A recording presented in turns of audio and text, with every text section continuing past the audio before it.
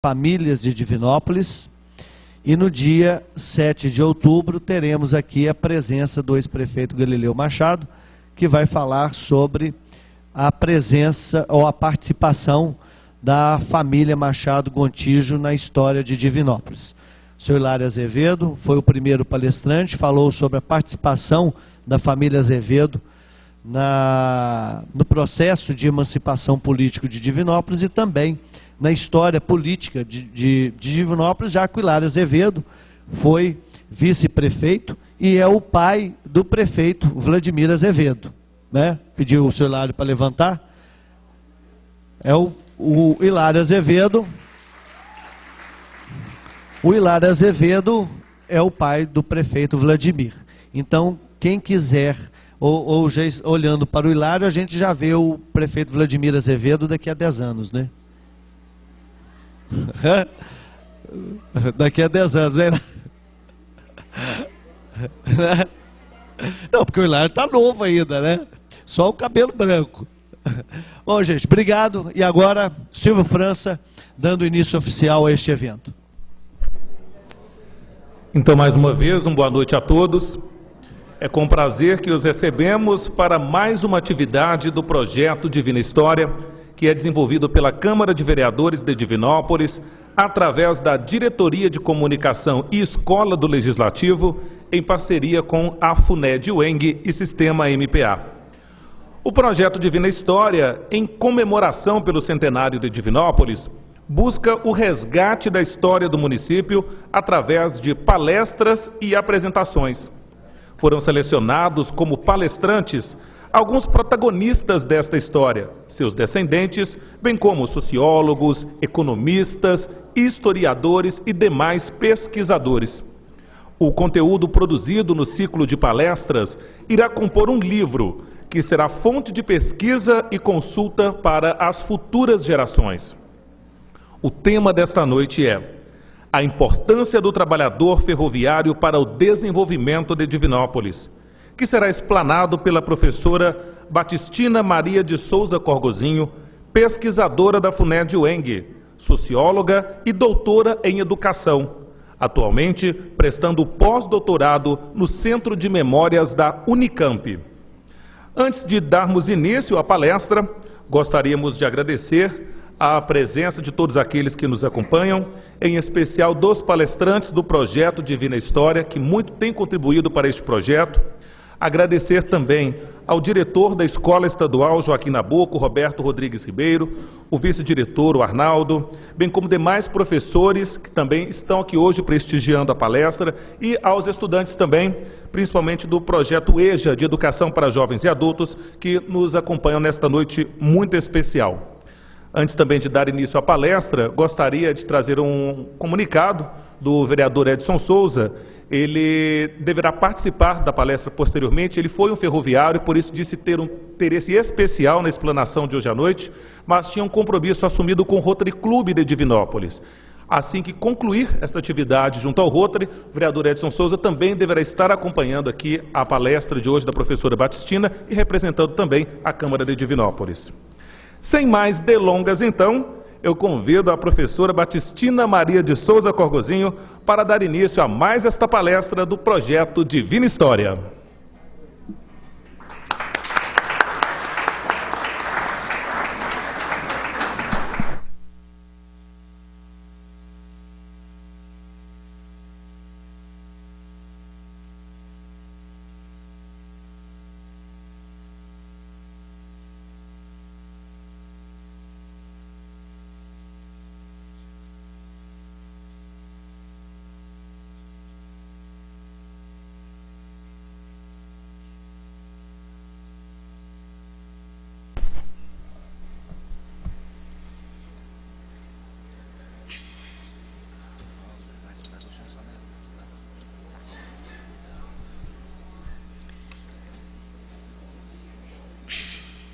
Boa noite, pessoal. Eu vou precisar ficar assentada, não é por minha vontade, não. É porque me pediram que ficasse assentada por causa da filmagem. Eu até preferia ficar circulando um pouco aqui na frente, mas para poder criar condições adequadas para a filmagem, eu vou ter que me manter assentada, tá bem? Primeiramente, eu gostaria de agradecer à Câmara Municipal, na pessoa do presidente da Câmara, evidentemente, mas também através do Flávio e da Sandra, que trabalha com ele no setor de comunicação social, ao Silvio, que está sempre também participando, por essa oportunidade de falar a respeito de um tema que vem sendo objeto de estudo, de reflexão de minha parte desde longa data. Além disso, eu gostaria também de agradecer a presença de todos os professores que estão aqui, os alunos que estão aqui prestigiando esse evento, os diretores, e particularmente eu gostaria de salientar também a presença de ferroviários, na presença do senhor Ari Alvarenga, que eu sei que está aí, além disso, a Ênia, a Cecília, o Hilário, o Lázaro Barreto, e outras pessoas mais, que correndo o risco, né, de deixar de lado alguém, mas agradeço a todos. Estou vendo o Rui chegar agora, agradeço a presença dele também, e a todos.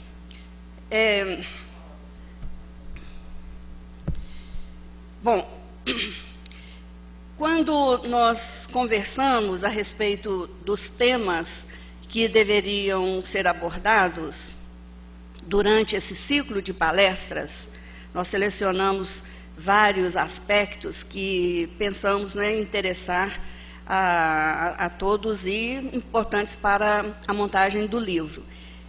E quando tratamos a respeito da questão do ferroviário, eu considerei que para esse evento seria mais significativo falar da importância desse trabalhador aqui dentro de Divinópolis. Porque sempre a gente fala da ferrovia de modo geral, e eu gostaria de enfatizar alguns aspectos em relação a esse trabalhador que foi tão importante na construção da história de Divinópolis.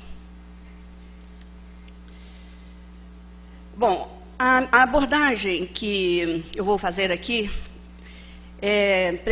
eu pretendo seguir esses aspectos que estão relacionados neste slide. Vejam aí, eu pretendo falar a respeito, né, primeiramente, do interesse que eu tenho pelo tema, logo a seguir o processo de pesquisa que foi realizado e os resultados desse processo de pesquisa. Quero entrar um pouquinho nas transformações que ocorreram aqui neste local, e desde o tempo do Arraial e a construção da cidade. Quero tratar um pouco a respeito da EFON, das oficinas da Vila Operária, da Rede Mineira de Viação, e entrar especificamente no tema, né, que é o trabalhador, o ferroviário da Maria Fumaça, do tempo da Maria Fumaça. Portanto, o recorte temporal que eu pretendo fazer aqui, ele começa aproximadamente em 1890 até meados do século XX. É esse o período de atuação do que eu estou chamando de o ferroviário do tempo da Maria Fumaça. E finalizar com algumas considerações em relação à ferrovia na atualidade. Bom, então, em relação ao primeiro item, por que o meu interesse por este tema? E olha, pessoal, eu posso dizer que já tem aproximadamente 25 anos que eu venho refletindo, analisando, procurando saber. O meu interesse pelo tema foi despertado durante o meu processo de curso de mestrado. Foi durante o meu curso de mestrado que eu me interessei em conhecer, em saber a respeito da vida do ferroviário e a respeito da estrada de ferro aqui na cidade. Além disso, mais especificamente ainda, o que sempre me chamou muita atenção foi a participação das mulheres nos movimentos grevistas dos ferroviários na década de 50. Então, à medida em que eu fui procurando informações e conversas e tudo, eu vi que era um campo de estudo extremamente significativo e que eu poderia, a partir daí, produzir a minha dissertação de mestrado, que recebeu o nome de Pelos Caminhos da Maria Fumaça. Essa obra não está editada. Existem alguns exemplares em algumas bibliotecas. Eu tentei uma vez fazer a edição desta obra, Pelos Caminhos da Maria Fumaça. A formação, o trabalhador ferroviário, formação e resistência pelo trabalho. Mas, infelizmente, não foi possível. Este outro, que foi, inclusive, sorteado aqui ainda há pouco, que é Nas Linhas da Modernidade, esse aqui já foi o resultado do meu curso de doutorado. Portanto, o início dos meus estudos em relação à estrada de ferro, em relação ao ferroviário, foi neste período do mestrado e na produção dessa obra que se chama Pelos Caminhos da Maria Fumaça. Bom, além disso, o que contribuiu também bastante para poder eu me despertar para esse tema foi uma pessoa que eu aprendi a admirar muito, que foi o meu sogro. O nome dele era Joaquim Zacarias Corgozinho. Ele morreu agora há relativamente pouco tempo. E era uma pessoa especial. Contava muitos casos, contava sobre sua vida, as dificuldades. Então, eu achei que também seria muito importante eu deixar registrado essa passagem aí, né, essa experiência aí do trabalho na ferrovia, para os meus filhos, inclusive, né, e de modo geral, né, para toda a comunidade. Então, o fato de eu ter convivido com ele, as conversas e tudo, acabou me despertando também bastante para estudar esse assunto. Aliás, ele foi uma presença fundamental, porque tão logo eu me decidi pelo tema, eu recorri a ele. E conversando, trocando ideias, ele foi me sugerindo aqueles velhos conhecidos, aposentados, pessoas já numa faixa de idade bem avançada. Porque essa obra, esse livro, que eu mostrei ainda há pouco, as pesquisas para poder elaborá-lo foram feitas em 1986. Portanto, já tem 25 anos. Né? E nesta ocasião, os ferroviários com os quais eu entrei em contato, eles já eram pessoas na faixa de 70, 72, 75, 80 anos, 85 anos, ou seja, a maior parte daqueles com quem eu entrei em contato já faleceram nesse momento. E neste livro, eu registrei muitos depoimentos que eles foram dando, né, ao longo das entrevistas. Portanto, pessoal, o que eu vou, né, os comentários que eu vou fazer, eles já podem ser, se vocês quiserem conhecer um pouco mais, na Biblioteca Taliba Lago tem essa obra, na Biblioteca da FUNED, lá no Arquivo Público também tem. Existem alguns exemplares onde eu apresento detalhadamente a respeito desse tema. O processo de pesquisa com os ferroviários, né, do tempo da Maria Fumaça, foi através de longas conversas. E eu fiz a gravação dessas conversas, e normalmente a pessoa mais idosa gosta de conversar, mesmo porque às vezes as demais pessoas não têm tanta paciência, né, de ficar ouvindo. E no caso do ferroviário em especial, porque eram pessoas com uma experiência tão rica, uma experiência tão significativa, e sem exceção, todos que eu procurei na companhia do meu sogro, que evidentemente ajudou, né, a criar todo um clima favorável para a conversa, para a troca de ideias, né? Então foram conversas muito prazerosas e muito ricas, e eu fiz a gravação dessas conversas, né, fiz a transcrição, e muitos desses depoimentos estão no livro referido. E havia-se muita satisfação da parte deles em contar as suas experiências, as dificuldades que enfrentavam, as suas condições de vida, a maneira como trabalhavam, a família, né, porque a família ferroviária ela é extremamente envolvida, né, as famílias elas estavam extremamente envolvidas com o trabalho, né, não há uma distinção tão nítida entre trabalho e as atividades familiares, né, há um envolvimento muito grande. E de modo que foi através de todo esse esforço de pesquisa sobre a ferrovia, sobre o ferroviário, foi aí que eu me despertei para a cidade como um todo.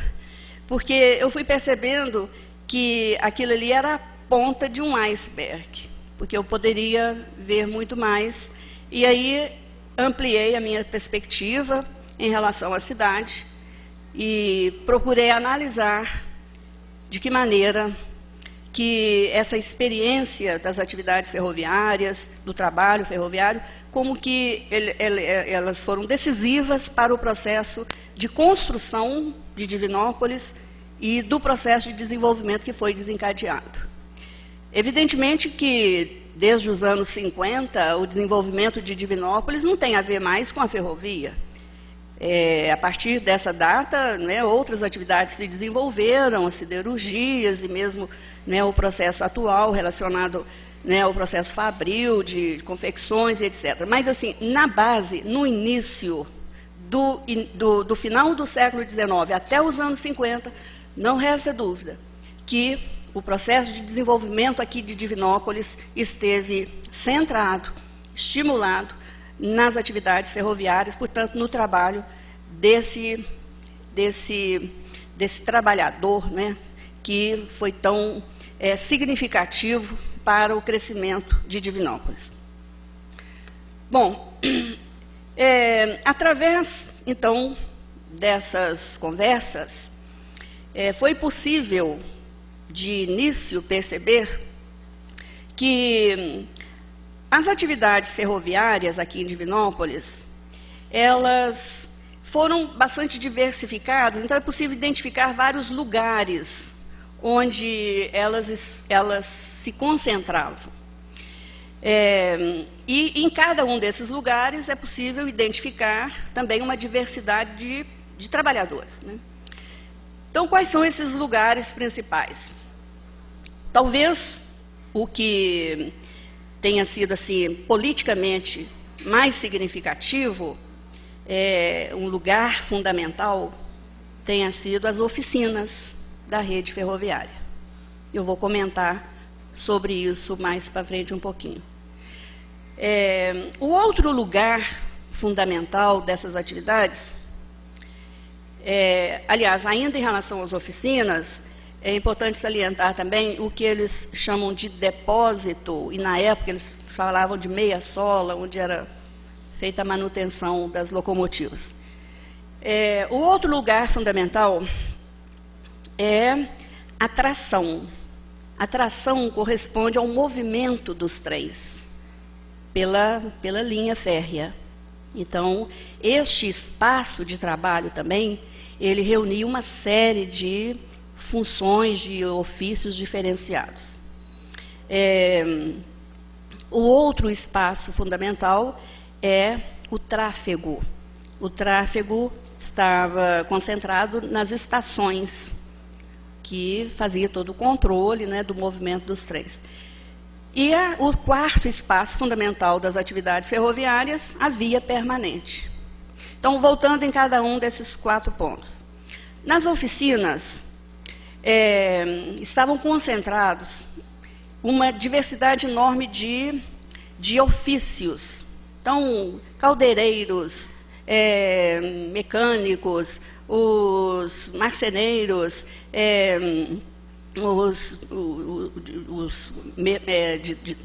mecânico como é que fala? De torno, né? De torneiro, quer dizer, uma série de ofícios diferenciados, caldeireiros. Na estação, nós já encontramos, né, os eletricistas, os baldeadores, os chefes de trem, os bilheteiros, né, aqueles que vendiam as passagens e etc. Na tração, fundamentalmente, o maquinista, o foguista, o guarda-freio, eram ofícios, né, eram pessoas que estavam sempre acompanhando nas viagens. E na via permanente, mais ou menos de 10 em 10 quilômetros da linha férrea, existiu aquele grupo de casas, eram 5 casas, 4 trabalhadores braçais e um feitor. Eles eram encarregados de dar a manutenção na linha férrea, naquele trecho que ficava ali nas proximidades. Então, eu procurei conversar com a maior diversidade possível desses diferentes trabalhadores, nas suas diferentes ocupações.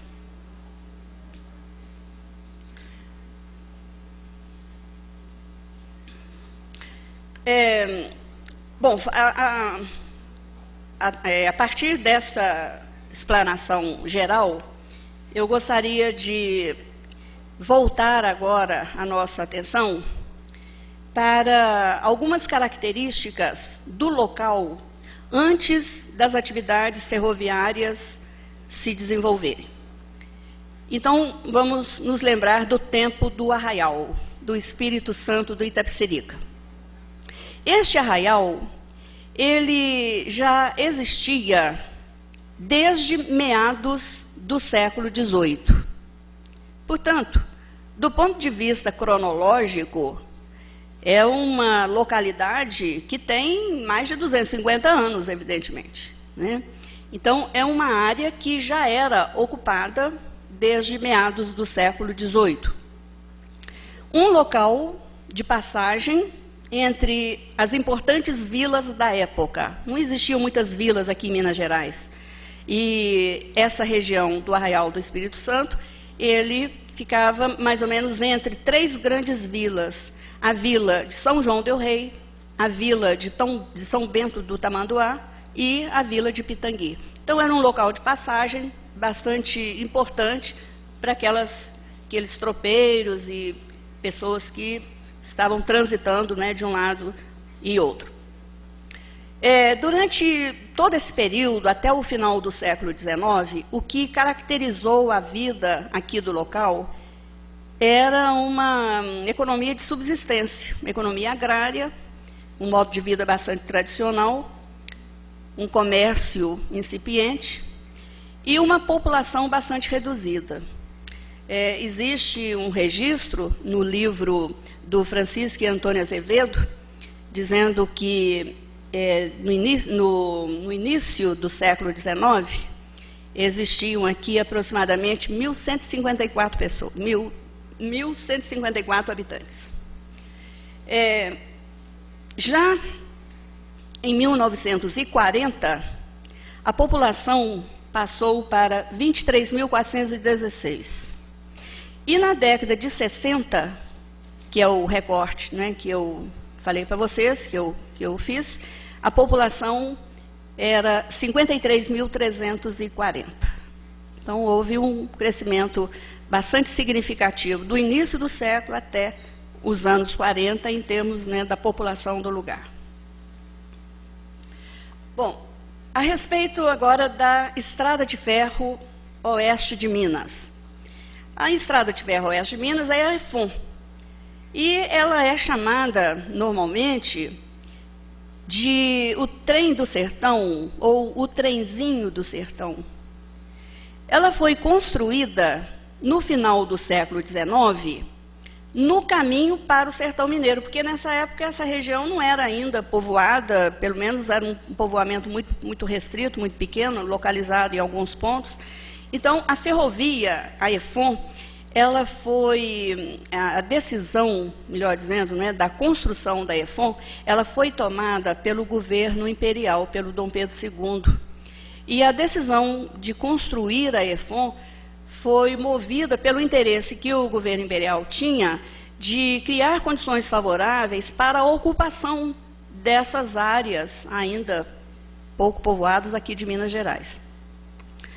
Porém, demorou ainda algum tempo até que a construção fosse realizada.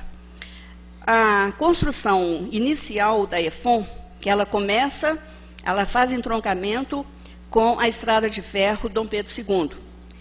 E o início da EFON foi na cidade, numa comunidade, num lugarejo chamado Sítio, que hoje é a cidade de Antônio Carlos. E o primeiro trecho da EFON foi um trecho de 49 quilômetros até a cidade de Barroso. E isso aconteceu em 1880. E logo a seguir foram construídos 100 quilômetros da EFON até São João del Rei. A inauguração da estrada de ferro em São João del Rei aconteceu em 1881. Então, esse foi o primeiro trecho construído até esta data. A continuação da EFON já se deu através de um outro empreiteiro. E essa decisão, já ligada ao governo aqui de Minas Gerais, buscando essa integração no território mineiro, de criar uma forma de acesso, né, para que a população tivesse condições, né, de uma melhor integração. Então, o trecho de Oliveira até a Barra do Paraupeba foi que passou aqui por Divinópolis. Então,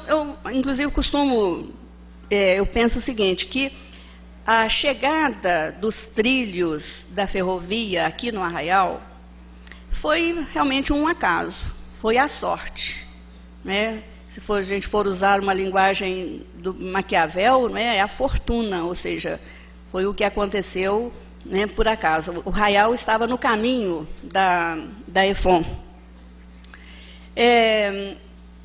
A inauguração da estação aqui em Divinópolis, aqui no Arraial, né, do Espírito Santo, aconteceu em 1890, uma primeira estação bastante pequena, e ela recebeu o nome de Henrique Galvão. O Henrique Galvão era o engenheiro-chefe da construção desse trecho da EFON. Uma segunda estação foi construída pouco tempo depois, alguns anos depois. Olha, desde quando a ferrovia chegou, a presença da ferrovia, a presença do trabalhador ferroviário naquele momento, que trabalhou na construção do leito da estrada, trouxe uma série de mudanças no modo de vida tradicional aqui do lugar. Primeiro, evidentemente, o aumento da população. E esse trabalhador que veio para poder construir o leito da estrada era, em grande parte, imigrante. Então, existiam portugueses, alemães, italianos, existiam, né, trabalhadores de diversas nacionalidades. E a presença desse trabalhador na construção da estrada contribuiu para poder diversificar a população existente no lugar. E deu origem a novas especialidades de trabalho. Foram necessárias novas habitações, então o lugar se expandiu, né? Foram introduzidas novas relações de trabalho. E talvez o elemento mais significativo aí é que esse trabalhador, ele representou no lugar uma coisa nova, totalmente diferente do que existia até então, porque as relações de trabalho que existiam eram tradicionais, era uma economia agrária, comercial ainda incipiente. Então, o trabalhador ferroviário, ele representou nesse momento um trabalhador moderno, que estava inserido numa relação de trabalho nova, capitalista, né, um trabalhador assalariado, né, que até então não existia aqui na região. E, além disso, junto com esse trabalhador, também desenvolveram-se novas concepções, novas ideias, novos valores, novas crenças religiosas e políticas. Então, o trem, ele não transporta apenas pessoas, o trem também transporta novos valores, novas ideias, novas crenças, né? Tudo isso contribuiu para poder diversificar profundamente a vida no lugar e engendrou o surgimento de uma nova ordem social.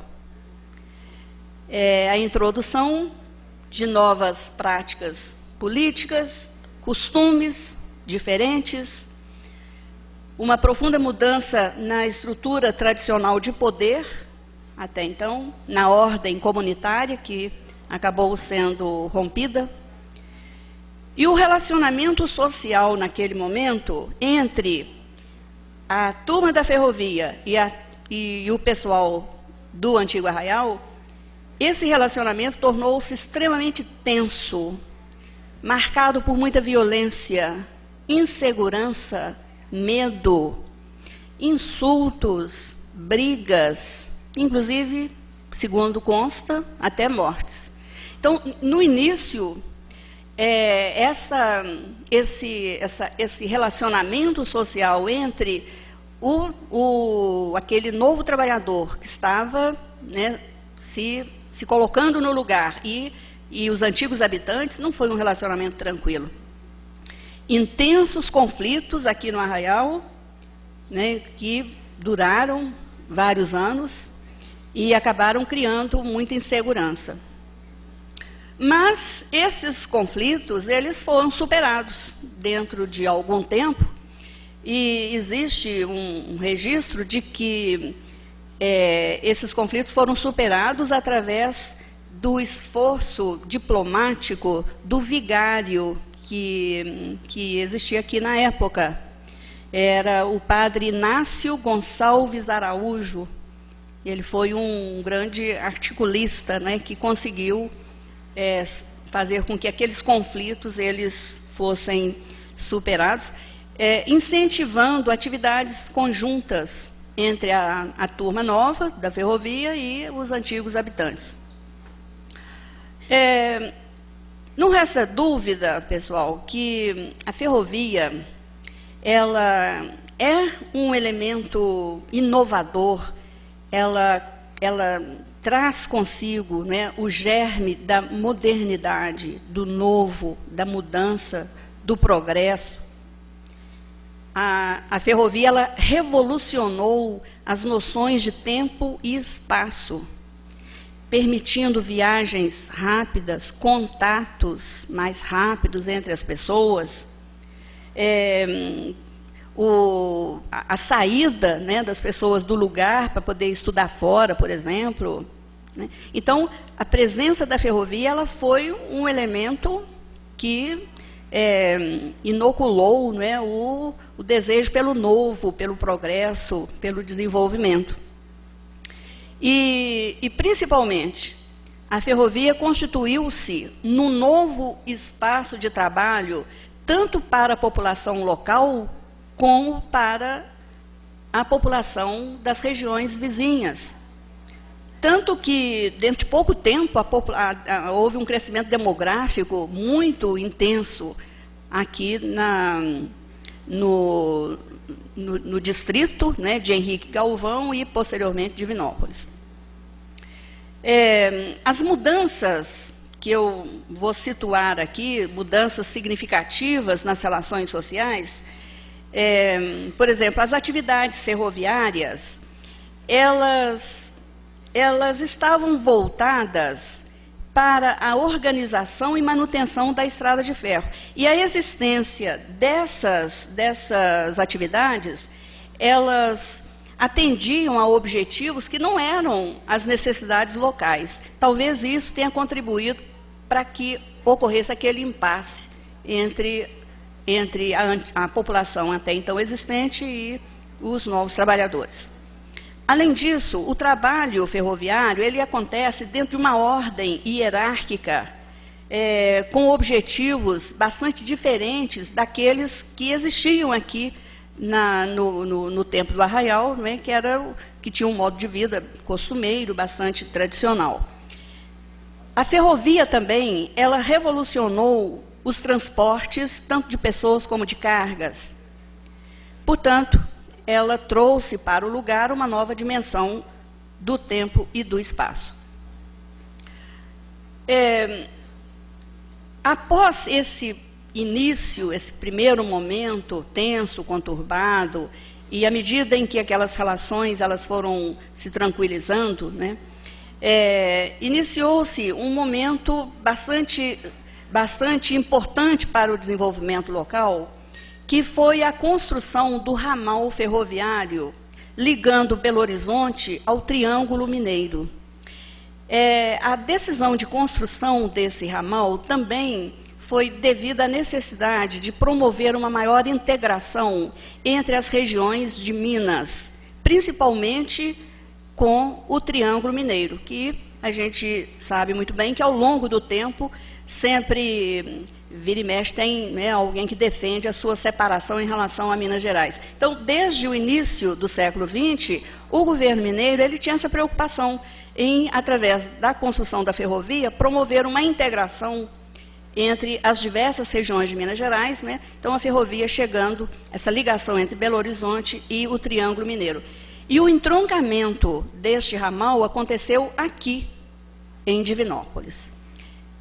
Nesse momento, foi por volta de 1908, 1909, quando essas discussões começaram a acontecer, houve as lideranças políticas naquele momento, principalmente o major Francisco Machado Gontijo e o coronel Antônio Olímpio de Moraes, eles lideraram naquele momento a população que se mobilizou para defender que o ramal fizesse entroncamento aqui na vila de Henrique Galvão, como era até então chamada.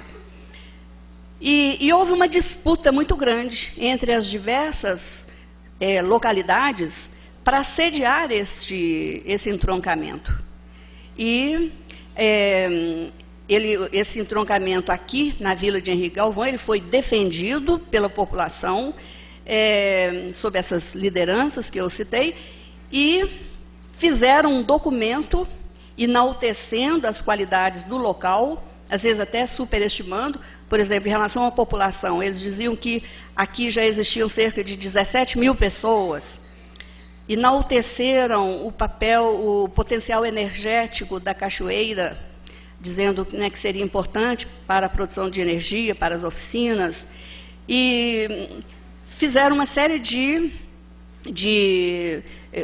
ressaltaram uma série de características do local, e junto com essa mobilização, com a atuação, né, de diferentes autoridades, o entroncamento acabou ficando aqui na vila de Henrique Galvão. Isso aí foi fundamental para o desenvolvimento aqui do local. Porque, veja bem, já existia a ferrovia ligando a Estrada de Ferro Central do Brasil, do Rio de Janeiro, chegando até São João del Rei, de São João del Rei passando por aqui até a Barra do Paraopeba.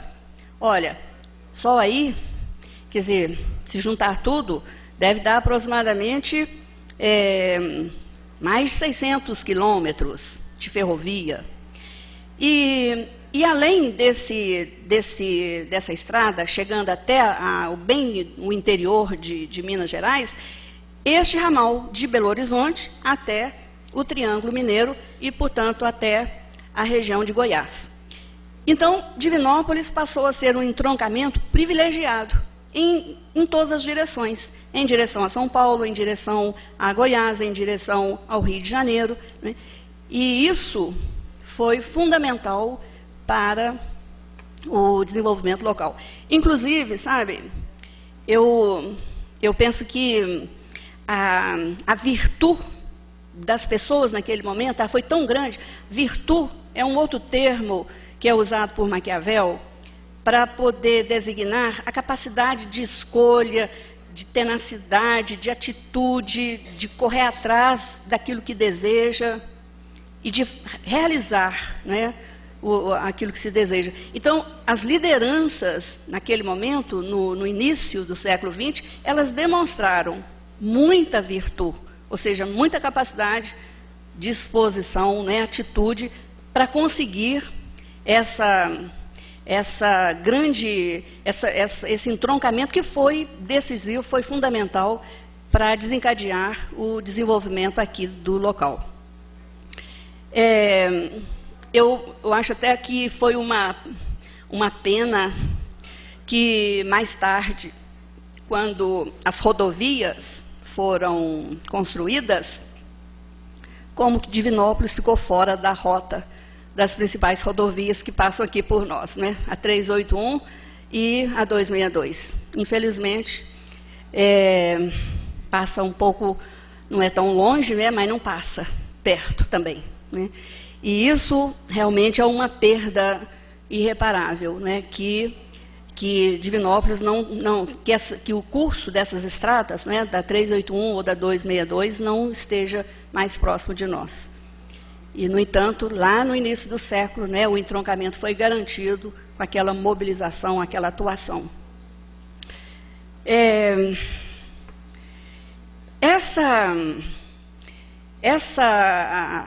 A ferrovia, então, nesse momento, a presença desse entroncamento, né, tudo isso atraiu uma população bastante numerosa das regiões vizinhas, e isso contribuiu para poder ocorrer um grande crescimento demográfico aqui na nossa cidade. E não só o crescimento demográfico, mas também uma grande diversificação econômica.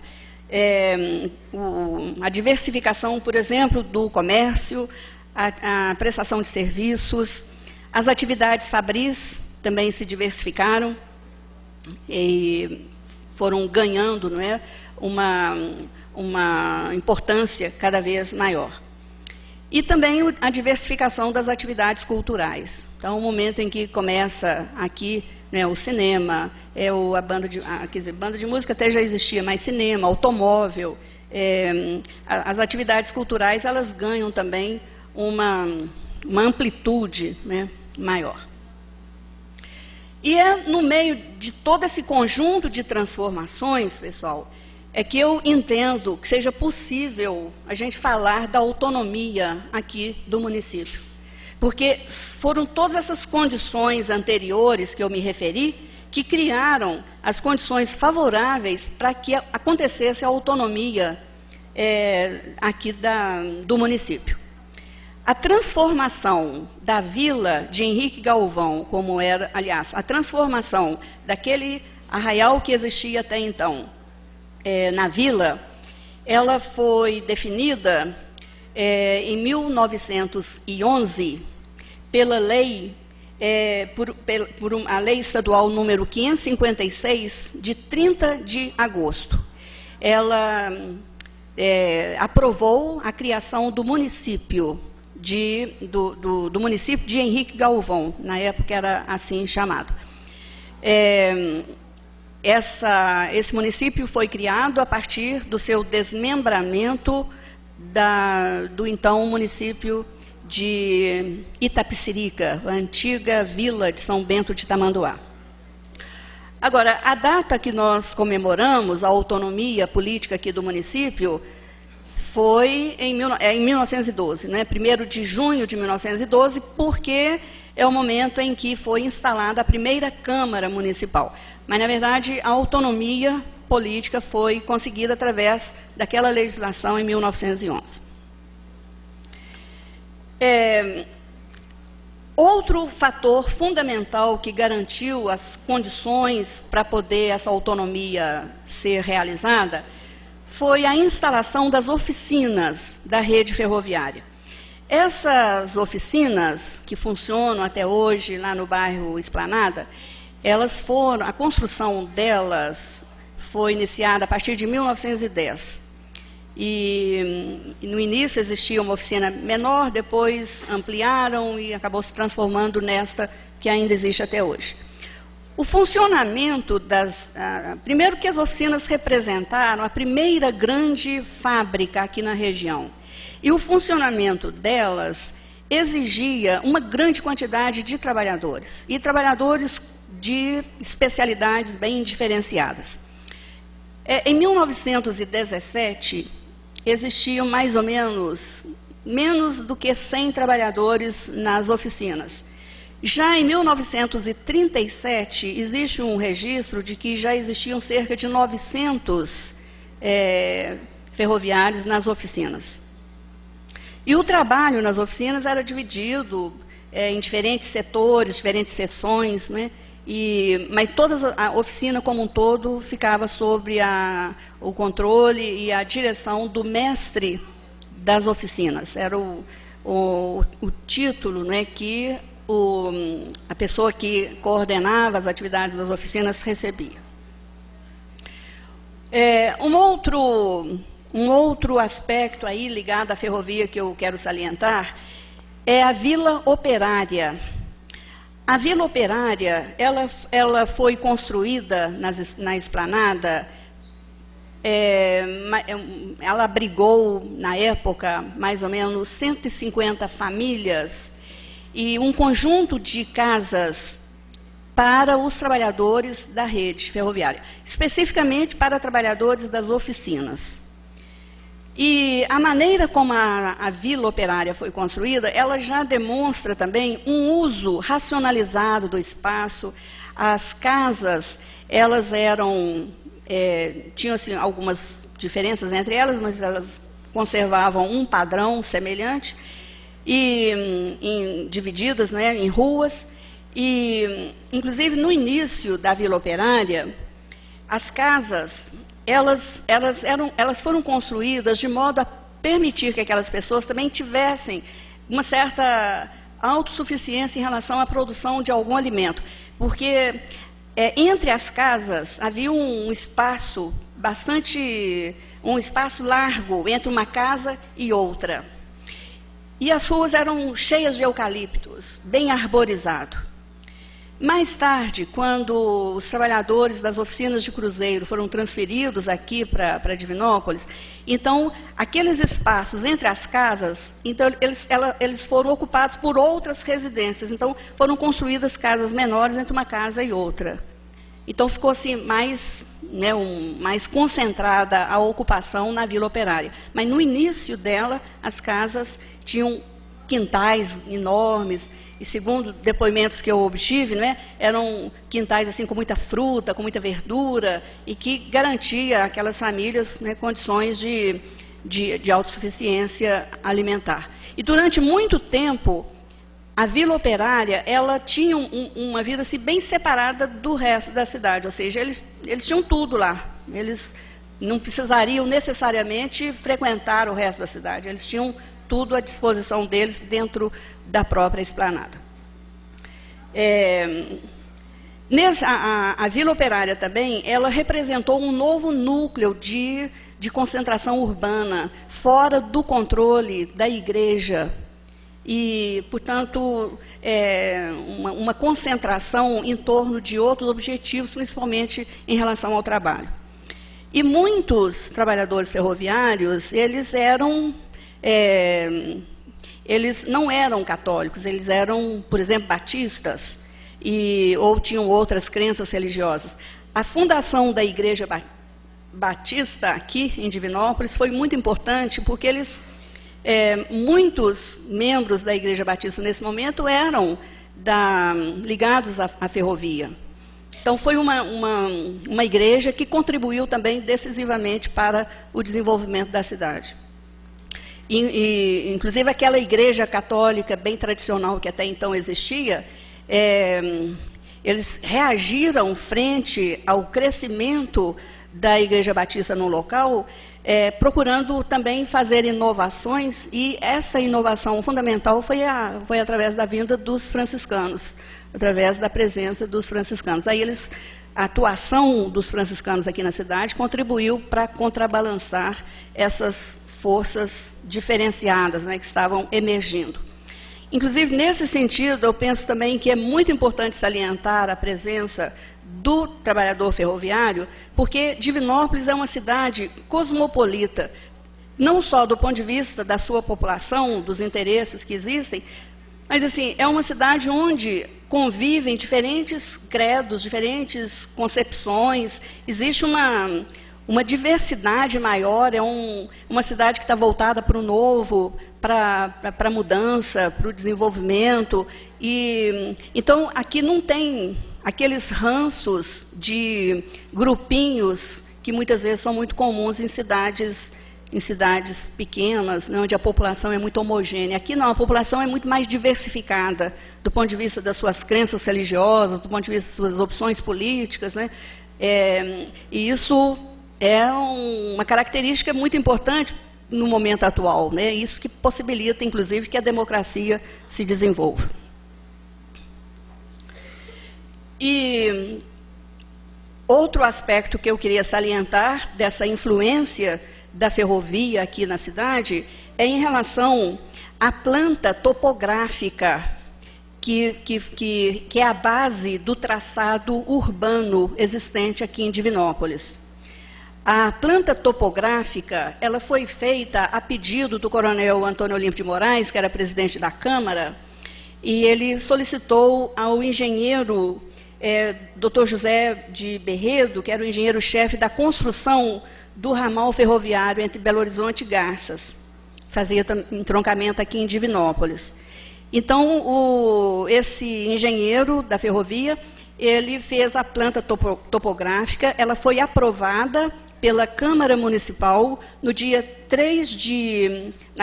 20 de junho de 1912. Pensa bem, como é que fala? A posse da primeira Câmara foi dia 1º de junho. No dia 20 de junho, eles aprovaram a planta topográfica aqui dessa região central de Divinópolis. É a lei número 3, e foi que trata a respeito desse assunto. E esse traçado que foi estabelecido, né, aprovado pela Câmara, ele influenciou decisivamente todo o crescimento urbano aqui de Divinópolis, porque posteriormente as ruas o processo de expansão urbana, né, que ocorreu aqui nos anos seguintes, nas décadas seguintes, obedeceu, melhor dizendo, a esse traçado. Então, o que houve foi um prolongamento desse traçado que foi estabelecido em 1912. As ruas perpendiculares ao rio, elas são denominadas pelos nomes dos estados brasileiros. Então, eram as ruas, a Rua Paraíba, a Rua Rio de Janeiro, a Rua São Paulo, a Rua Minas Gerais, a Rua Goiás, a Rua Pernambuco. E as ruas paralelas ao rio, elas não são ruas, são avenidas. Então, a avenida mais próxima do rio, que é aquela que passa em frente à estação ferroviária, né, era chamada de Avenida Ipiranga. Hoje em dia ela é chamada de Avenida Getúlio Vargas. Logo acima, a Avenida 1º de Junho.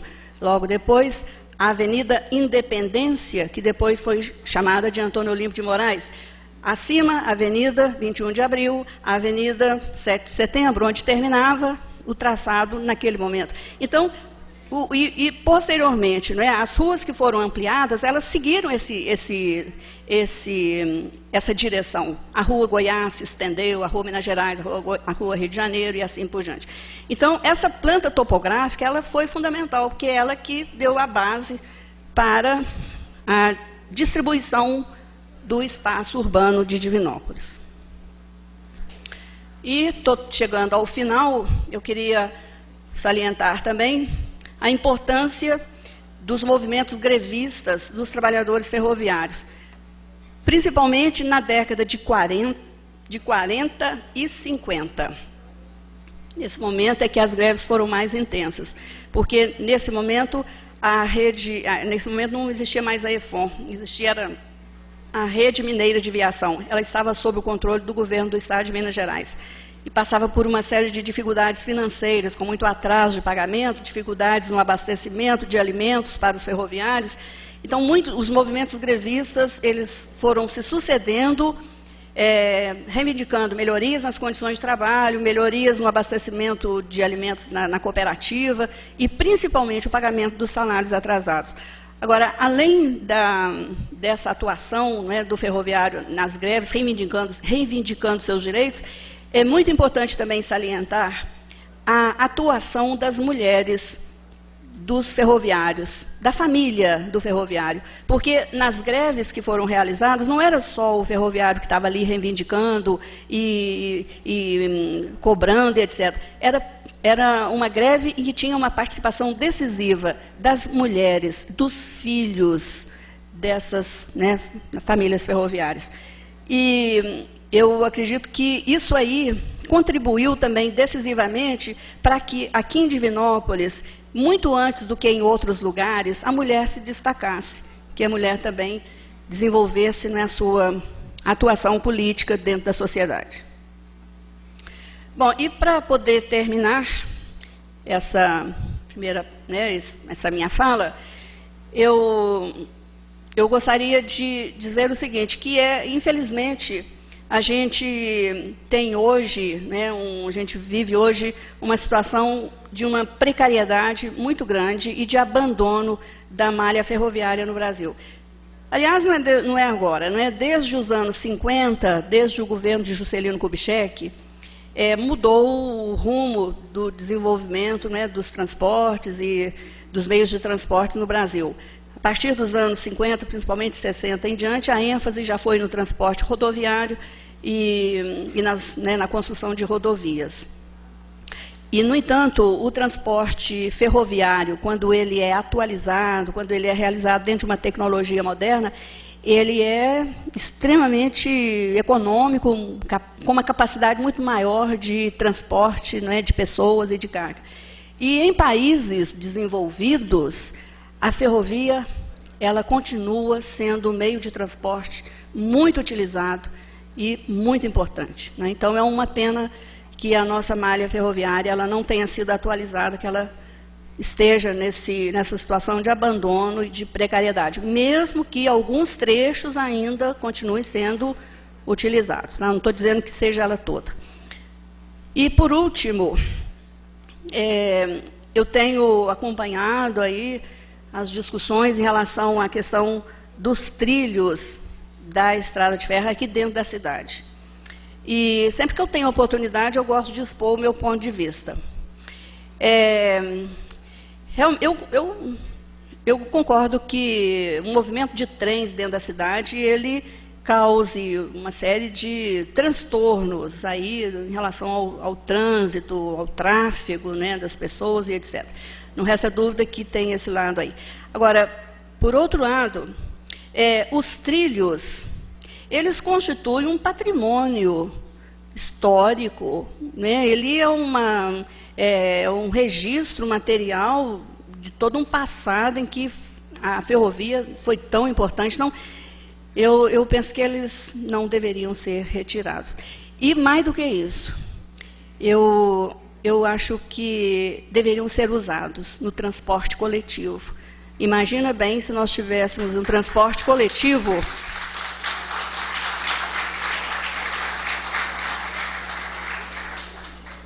Vocês pensem bem se a gente tivesse um transporte coletivo através do trem, né, saindo ali do Catalão, ou mais para frente do Catalão, até chegar aqui, olha só a rapidez com que isso aconteceria, o quanto que seria significativo para a população, né?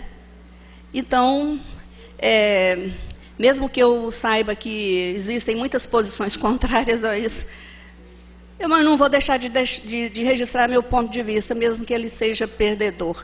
Eu acho que quem perde é a cidade, com a retirada dos trens. Não é a retirada do movimento dos trens? Claro, vamos tirar o movimento dos trens aqui dentro, pelas razões todas apresentadas, mas não os trilhos. Não vamos deixar que isso tire, né, que isso seja... Tem tanta coisa que acontece, né, de sumir, de perder esse patrimônio. Então, preservar o patrimônio e utilizá-lo devidamente, né, no transporte coletivo na nossa cidade, que está tão carente nesse sentido. Vocês todos sabem, nós todos sabemos o quanto que está complicado o trânsito aqui. Né? Existem praticamente, né, no transporte individual, né, que é o que predomina, praticamente um veículo para duas pessoas, não é isso? Que foi falado agora há pouco tempo, né? São 100 mil veículos em circulação para praticamente 200 mil habitantes. Né? O trânsito está ficando cada vez mais caótico aqui na região central, né?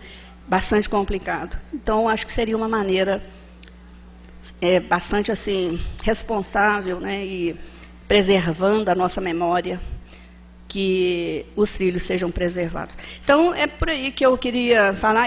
Se vocês me permitirem, eu queria mostrar umas fotos, rapidamente, se por acaso for possível. Me ajuda?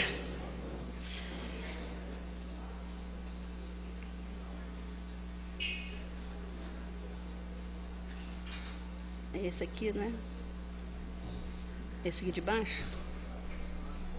Esse, né? F5. Bom, aí uma foto bastante antiga, mostrando o Largo da Matriz, com as suas construções típicas, né? Veja bem, a ideia de amplitude e, ao mesmo tempo, a presença marcante da igreja, olhando, observando, né, exercendo a sua hegemonia, o seu controle naquele momento no arraial. Uma locomotiva da Rede Mineira de Viação, a locomotiva número 37. No meu livro eu faço uma descrição de cada parte aí da locomotiva a vapor. A caldeira, né, os foguiços que ficaram submetidos àquele calor enorme para alimentar a fornalha, o maquinista, né, era um trabalho extremamente exaustivo que acabava com a saúde daquele trabalhador, né? Horas e horas em seguida, dentro daquela cabine fechada, naquele calor imenso, com as brasas salpicando, queimando às vezes a roupa da pessoa. Então, não era um trabalho fácil, né? E mesmo que para a época fosse veloz, né? Mas era um movimento uma viagem que durava às vezes dias e dias em seguida. Aqui vocês podem ver a plataforma da estação. A estação está mais à esquerda. O que eu acho interessante nessa fotografia é esse espaço que está aí ao fundo, que era um largo que abrigou depois a praça da estação, uma bonita praça que existia e que foi derrubada, e foi construído ali o prédio da Prefeitura Municipal e a rodoviária, nos anos 60. Atualmente é o Centro Regional de Saúde. É uma fotografia também bastante antiga, mostrando os trabalhadores em frente à estação, trabalhadores em greve. Uma passagem aí da Avenida 1º de Junho, acho ela muito bonita, olha o poste no meio da rua, poucos veículos. Essa fotografia foi tirada ali do prédio do Iris Hotel, é daquela posição ali que a foto registrou, né, o lugar. Essa aqui é a rua Minas Gerais, mais ou menos no cruzamento entre o que se chama hoje Antônio Olímpio de Moraes com Minas Gerais.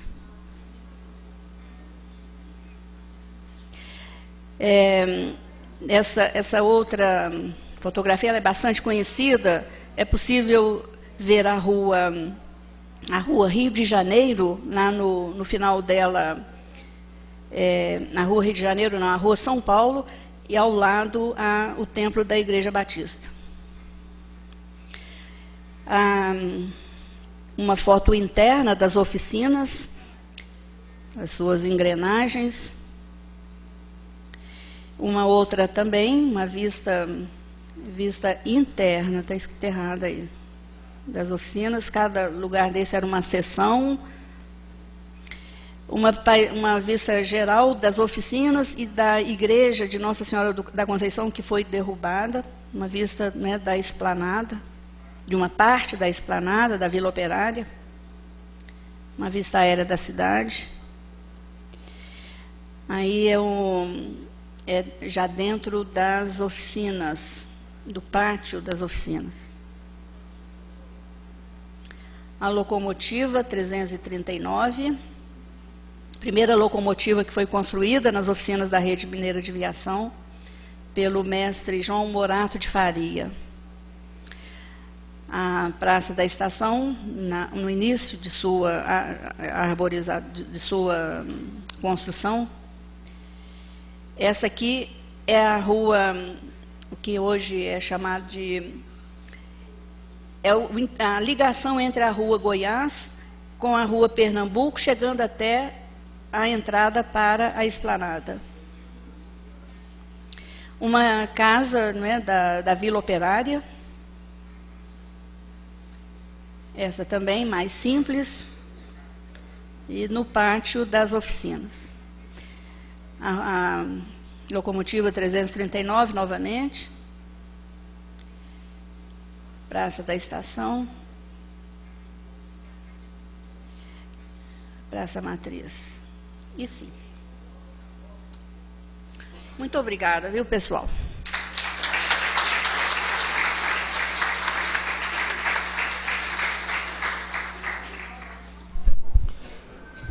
Muito bem, agradecer aqui a Batistina Corguzinho por essa palestra. Pessoal, antes da gente encerrar, eu quero aqui registrar a presença do vereador Edson Souza, que acompanhou aqui parte da palestra da Batistina. No início, o Silvio França justificou que o Edson estava participando de um evento que ele já havia agendado no Rotary. E eu vou pedir, viu, Edson, aqui improvisando, para que você faça o encerramento aqui desta palestra da Divina História, porque o Edson, ele é um vereador, representante do povo, e é originário da rede ferroviária. Ele é um ex-ferroviário, já trabalhou muitos anos na rede ferroviária. A gente ainda fala, né? Rede ferroviária, né, Edson? E eu gostaria de convidá-lo para fazer aqui o encerramento deste evento. Portanto, aos alunos da escola Joaquim Nabuco que aqui estiveram, eu peço mais um pouquinho de atenção para que o Edson Souza possa fazer o encerramento. E aqui eu me despeço de todos vocês, já convidando para a próxima palestra que nós teremos. Sandra, Gisele, Aline, que estão ali no fundo, obrigado, viu, pela contribuição de vocês, aqui, funcionários, servidores da casa. Sandra, a próxima é que dia mesmo, com o Frank? Dia 26 agora desse mês, às 14 horas, tá? Estão todos convidados aqui a participar. O Frank vai falar sobre as famílias de Divinópolis. Edson Souza, o encerramento, obrigado a todos. Boa noite a todos e a todas. Eu não esperava por esse gesto de carinho do Flávio. Eu primeiro queria fazer uma confissão. Todo esse material que nós vimos aqui hoje, eu participei como observador desse trabalho da tese da professora Batistina. Eu tive a oportunidade e o privilégio de ter sido, e sou até hoje, aluno dela no curso de Ciências Sociais. Ela foi minha professora de política. Eu estava viajando e uma coisa interessante, Tida, te dou os parabéns pelo esse trabalho. Os códigos que os ferroviários usavam para a greve. Jona vai casar. O código era esse. A greve estava instalada. E quando você, por exemplo, a Tida fala a formação cultural, psicossocial da ferrovia em Divinópolis, ela sofre muito, porque a Vila Operária, ela foi feita de 60 casas. Eu achei tão bonito quando a Tida falou na questão de geografia, e quando vem a turma de Cruzeiro, teve que mudar toda a estrutura, né? Os casos da ferrovia se confundem com a história de Divinópolis. Nós estamos vendo aqui várias pessoas presentes, o professor Lázaro Barreiro, o prefeito Hilário Azevedo, dona Ene Azevedo, Cecília, pessoas que sabem disso de cor salteado, mas eu não poderia vir aqui, Tida, porque eu estou vereador, mas no fundo a minha alma é ferroviária. Obrigado.